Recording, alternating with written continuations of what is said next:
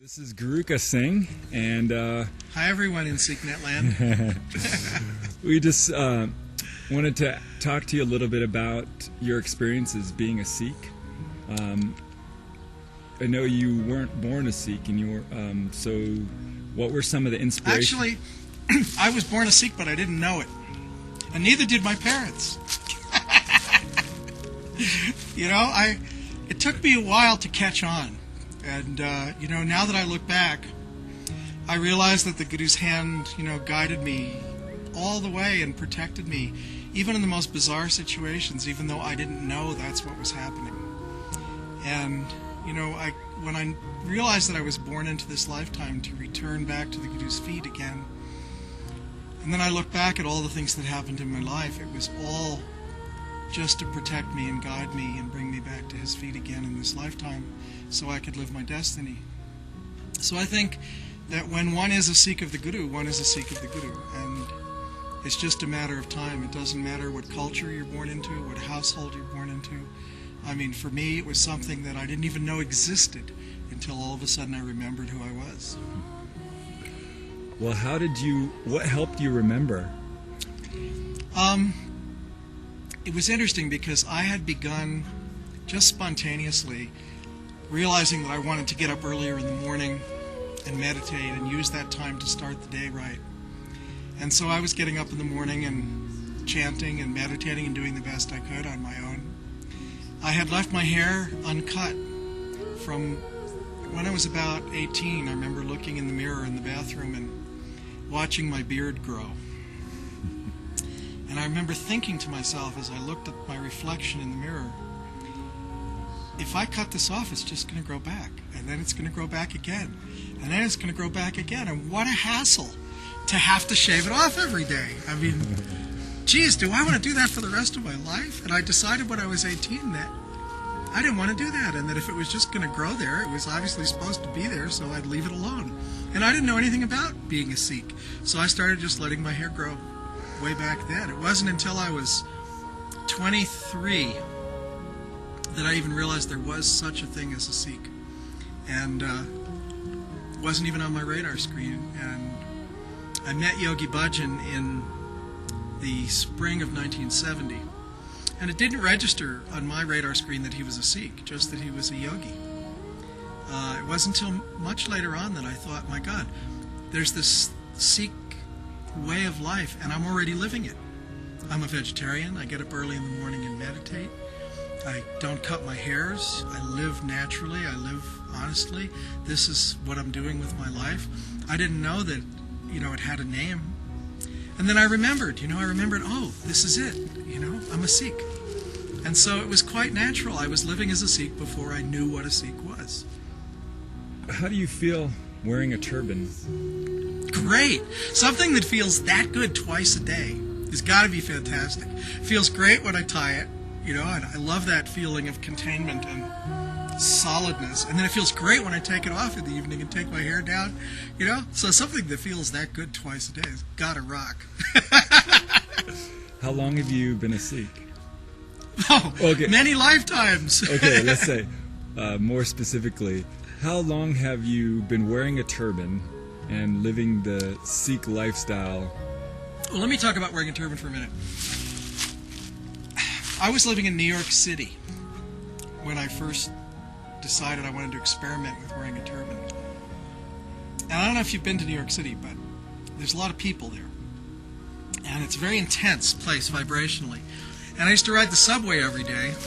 And the subway is this, big metal box that goes about 60 miles an hour underground with about 100 crazy people inside the box.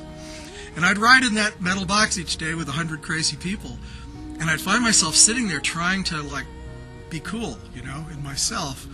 And I'd read a book or something, and I'd still get these weird thoughts that would come in my head. Something really perverted and weird. I'd think, why am I thinking that? And then I'd look up across the train, and there'd be some guy sitting there, and I'd think, oh, that was his thought.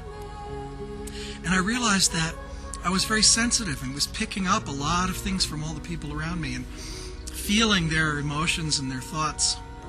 And I started experimenting with tying my hair up, and beginning to tie a turban for the first time. And I wasn't very good at it, but I kind of knew the principles of how to do it. It looked kind of messy, but I started doing it, and then I would ride the train, and I would realize that I could sit much more centered and not be distracted, and my thoughts were clearer, and I wasn't picking up so much static from other people, and I felt very contained and able to focus within myself. And then I really understood through my own experience how our hairs are antennas, and the antennas pick up the electromagnetic vibrations around us, and they go right into our head.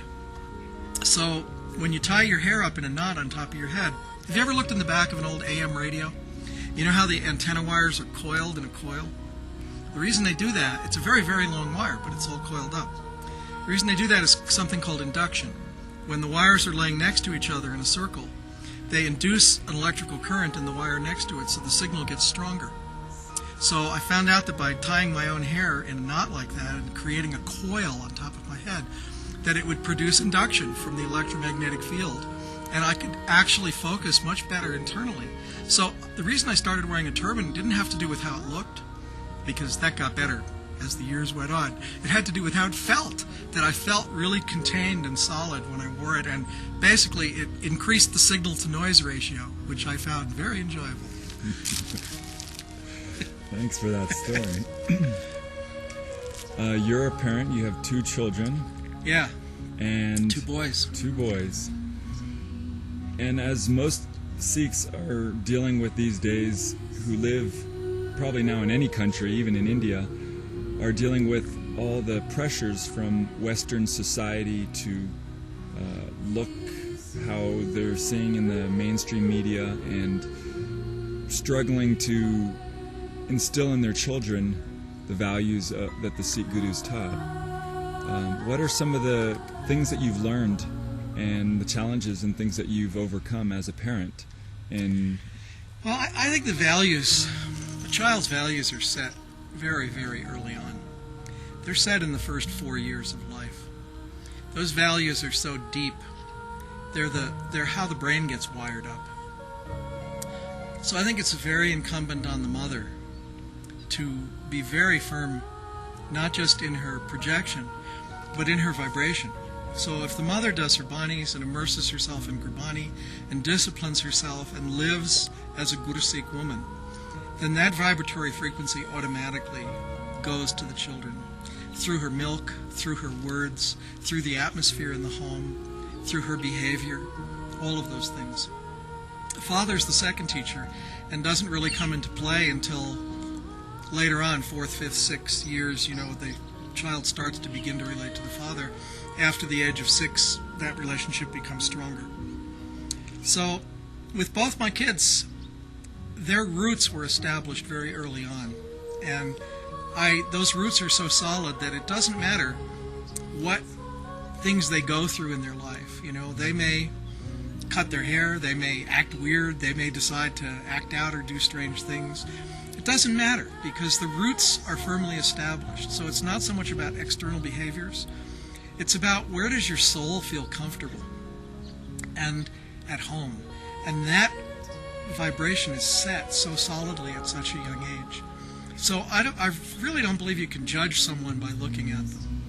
I mean, my younger son is 15. He's at school in India at Midi Pidi Academy, which is 140 kids, living as Guru Sikhs together and supporting each other. My older son is 25, and he's cut his hair, and he's about to take the test for the Albuquerque police force to become a policeman. But when he's here, and he comes to my house and sits, the things he talks about are home, and,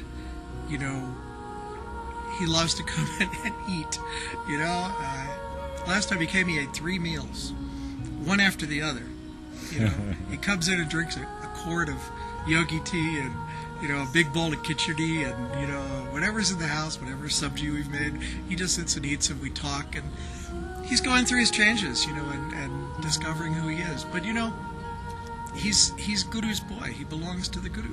I remember last time I was in Amritsar with him. It was 99 when we went for the tercentenary? And we spent a week just doing Ishnan Seva at the Golden Temple. And you know, when you finish the Ishnan Seva, it's about 1 o'clock in the morning, and they take a little ball of cotton, which is soaked in the rose oil that the Guru is anointed with, and tuck it into your turban. And that fragrance of the Guru goes with you all day, you know, as you go, and you smell it, and oh, it's the Guru, you know, it smells so good. And they give you this huge bowl of prasad, fantastic. And I remember one day going back to his house, which was in D Block in Amritsar, and he opened, the dhobi had come and brought the laundry, and he opened his drawer to put the laundry away. And inside that drawer were scores and scores of cotton balls soaked with rose oil from all the nights that he had done Ishnan Seva in the Golden Temple.